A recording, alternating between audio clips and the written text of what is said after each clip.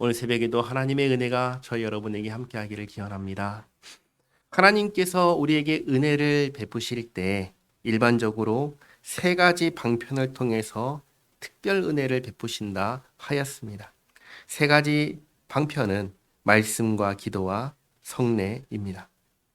말씀은 우리에게 두 가지를 제공한다 했습니다. 첫째는 믿어야 할 것, 그리고 또 한 가지는 행해야 할 것입니다. 오늘은 행해야 할 것에 대해서 살펴보겠습니다. 하나님께서는 하나님의 백성에게 하나님의 말씀을 지켜 행하라고 하셨습니다. 여기서 주의해야 할 점이 한 가지 있습니다. 그게 뭐냐면 이 말씀은 하나님의 백성에게 주신 말씀이라는 것입니다. 하나님의 말씀을 지켜서 하나님의 백성이 되는 게 아니라는 것을 기억하시기 바랍니다. 이미 하나님의 백성이 된 사람들에게 하나님의 말씀을 지켜 행하라 하신 겁니다. 마찬가지로 우리가 특별 은혜를 받고 누리는 것은 이 세 가지 방편을 우리가 활용하기 때문에 받는 것이 아니라 그보다 먼저 하나님께서 우리를 택하여 부르셨기 때문이다 라는 것을 놓쳐서는 안 됩니다. 왜냐하면 이걸 놓치면 하나님께서 우리에게 말씀을 주신 본래 목적이 왜곡되고 말아버리기 때문입니다. 하나님께서 하나님의 백성에게 하나님의 백성답게 살라고 주신 말씀이 어떻게 왜곡되냐면 이걸 지켜야지만 하나님의 백성이 되는구나 라는 것으로 왜곡되어 버리기 때문입니다. 그게 아닙니다. 하나님의 말씀은 하나님의 백성에게 하나님의 백성답게 살라고 주신 말씀입니다.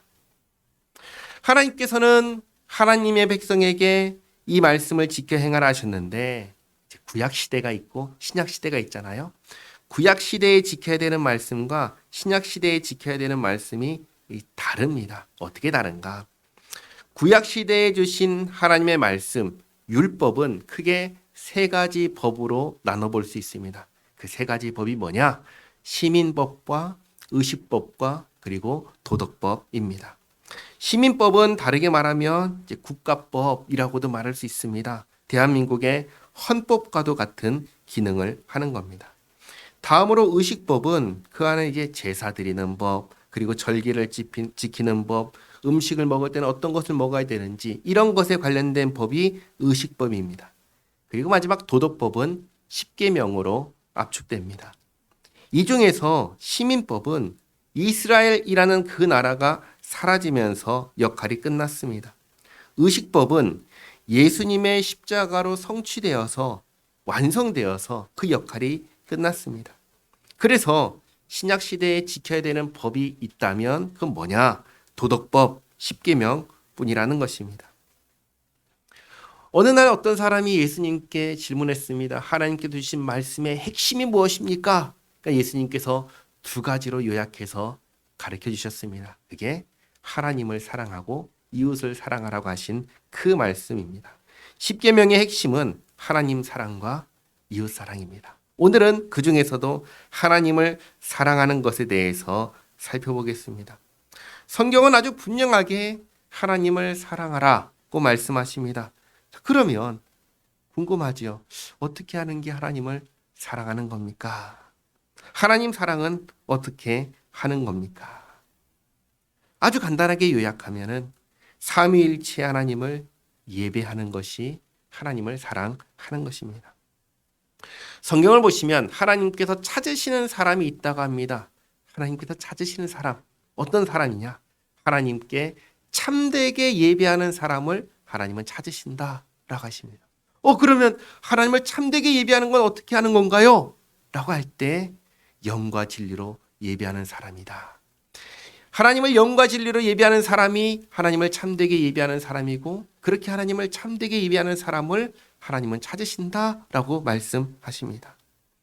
그러면 영과 진리로 예배를 드린다라는 것은 또 어떻게 하는 걸까요? 영과 진리로 예배한다는 것은 그것도 간단하게 말하면 이런 겁니다. 예수님을 믿는 사람이 하나님께서 정하신 방식대로 예배하는 것이 바로 영과 진리로 예배하는 것입니다. 그러면 하나님의 말씀대로 예배한다는 것은 어떻게 하는 것인가? 그것을 10계명의 첫 번째 계명부터 네 번째 계명까지가 바로 그것을 가르쳐 줍니다.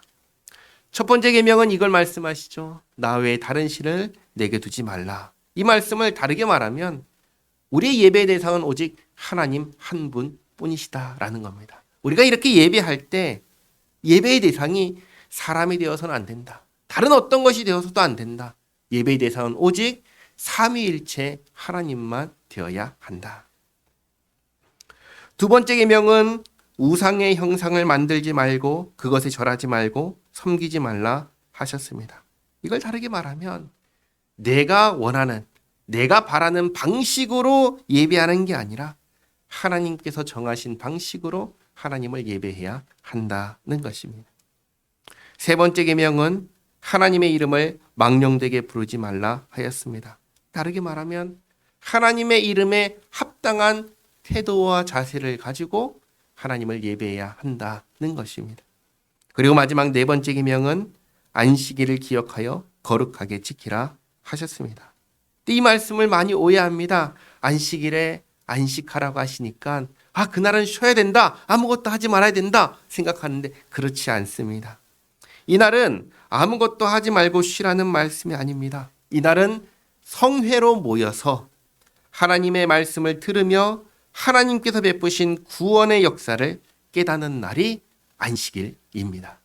그러니까 안식일에는 그냥 아무것도 안 하는 날이 아니라 그날은 예배하는 날인 것입니다.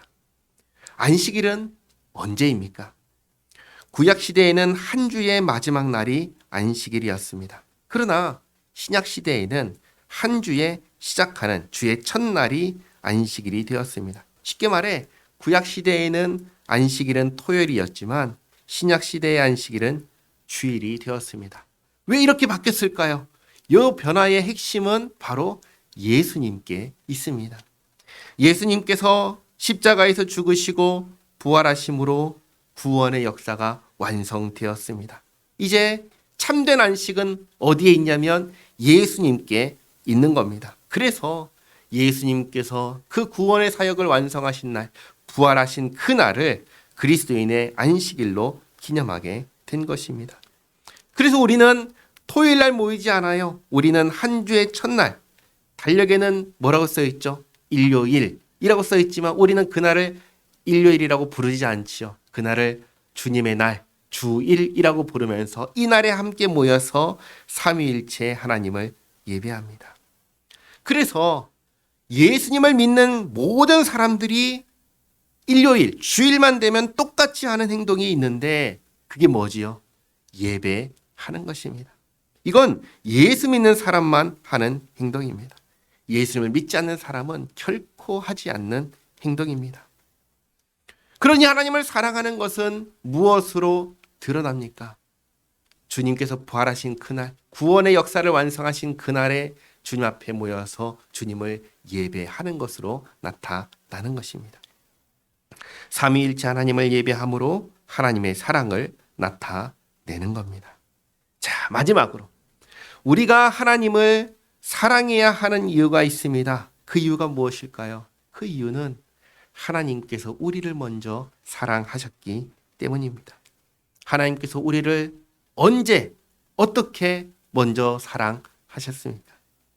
우리가 죄인 되었을 때 예수님께서 우리를 위하여 죽으심으로 하나님께서 우리에 대한 자기의 사랑을 확증하셨습니다. 하나님의 이 사랑을 아는 사람이 하는 행동이 뭐냐? 하나님을 예배하는 것입니다. 말씀을 통하여 하나님께서 베푸신 그 사랑과 은혜를 깨달으면 반드시 하나님을 예배하는 자리로 나아가게 되어 있습니다. 그리고 예배를 통하여 하나님의 은혜를 받고 누리게 되는 것입니다. 기도하겠습니다.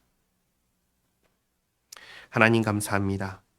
주께서 주신 말씀을 통하여 오늘 저희가 무엇을 해야 할지 알게 하시니 감사합니다.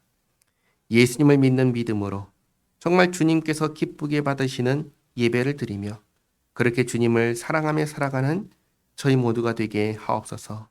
예배 가운데 주님 주신 은혜를 깨닫게 하시고 받고 누리게 하옵소서. 또 그 은혜에 감사하며 더욱 하나님 기뻐 받으시는 예배를 드리게 하시어 정말 기쁨 가운데 주님을 사랑하고 섬기며 살아가는 저희 모두가 되게 하옵소서. 예수님의 이름으로 기도하옵나이다. 아멘. 기도하겠습니다. 우리 주 예수 그리스도의 은혜와 아버지 하나님의 사랑과 성령님의 교통하심이 우리를 먼저 사랑하신 주님의 사랑과 은혜를 깨닫고 화답하기를 원하여 예수님을 믿는 믿음 안에서 주님 기뻐하시는 예배를 드리며 살겠다고 다짐하는 여기 모인 주님의 자녀들 머리 위에 이제로부터 영원토록 함께 있을지어다. 아멘.